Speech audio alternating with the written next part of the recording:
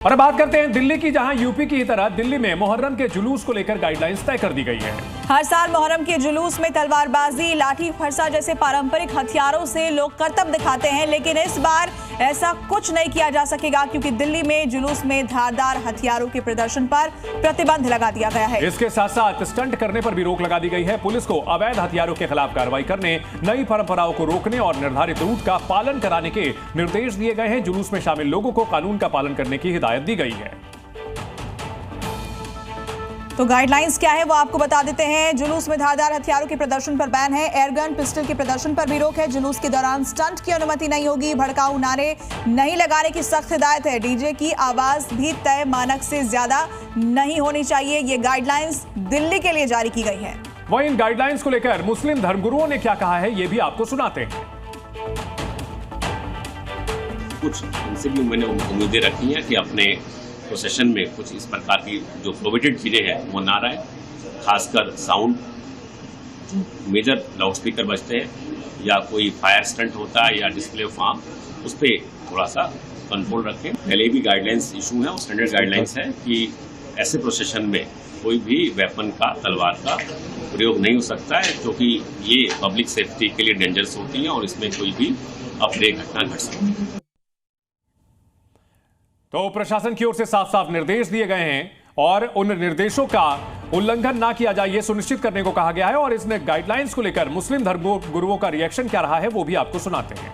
का मकसद कभी भी उसमें कोई हथियार तो दिखाए नहीं जाते, आर्टिफिशियल वो चीज़ें होती हैं ज़्यादातर कोई वहाँ पे, बल्कि इसके मुकाबले में तो यहाँ बहुत सारे जुलूस हैं जहाँ नंगी तलवारें और बंदूक दिखाई जाती है। तो इस बार से तो ये गलत है। मुहर्रम को ख़ास तौर से निशाना बनाना मेरे ख्याल ये मुनासिब नहीं है। और जहाँ तक हथियार की नुमाइश के सवाल है, सिर्फ मुहर्रम ही क्या, कभी भी नहीं होनी चाहिए किसी भी मौके पर, किसी भी जुलूस में। इसकी तो कानून इजाज़त नहीं देता।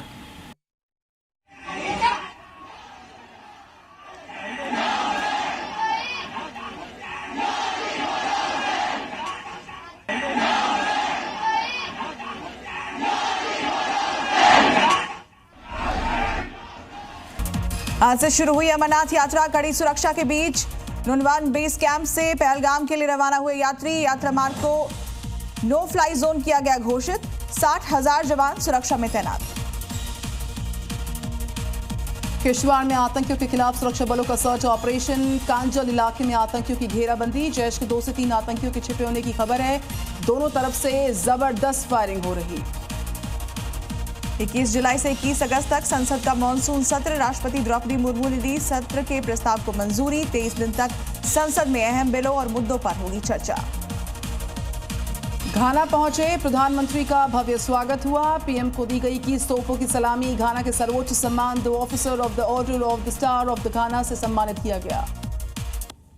कांवड़ रूट पर नेम प्लेट विवाद में ओवैसी ने यूपी सरकार को घेरा। मुजफ्फरनगर में कपड़े उतरवाने की घटना पर जताई चिंता। होटल में आधार कार्ड की जांच पर उठाए सवाल। अलीगढ़ से संभल तक मुहर्रम और कांवड़ को लेकर प्रशासन ने अपनी कमर कस ली है। संभल पुलिस ने ढोल की आवाज पर जारी की गई गाइडलाइंस। अलीगढ़ के संवेदनशील इलाकों में पुलिस ने निकाला मार्च। नागौर के सांसद बेनीवाल के घर की बिजली काटी गई। 11,61,000 रुपए का था बकाया। सांसद के भाई के नाम पर था बिजली कनेक्शन। 2014 के पहले से बकाया था बिल। हापुड़ में हाफिजपुर के पास कंटेनर और बाइक के बीच भयंकर टक्कर। हादसे में 4 बच्चों समेत 5 की मौत। पुलिस ने कंटेनर ड्राइवर को गिरफ्तार किया मौके से। कानपुर की चंद्रशेखर आजाद एग्रीकल्चर यूनिवर्सिटी में कूलर चलाने पर 30 छात्रों पर एक्शन। 10-10 हजार रुपए का लगाया जुर्माना। यूनिवर्सिटी प्रशासन का दावा, कूलर चढ़ाने से बढ़ जाता है लोड। राजस्थान में अजमेर और बूंदी समेत कई जिलों में भारी बरसात से बिगड़ गए हालात। अजमेर में सैलाब जैसा मंजर। हिमाचल में भी मानसून ने ढाया कहर। बादल फटने की घटनाओं में 10 की मौत की खबर आई।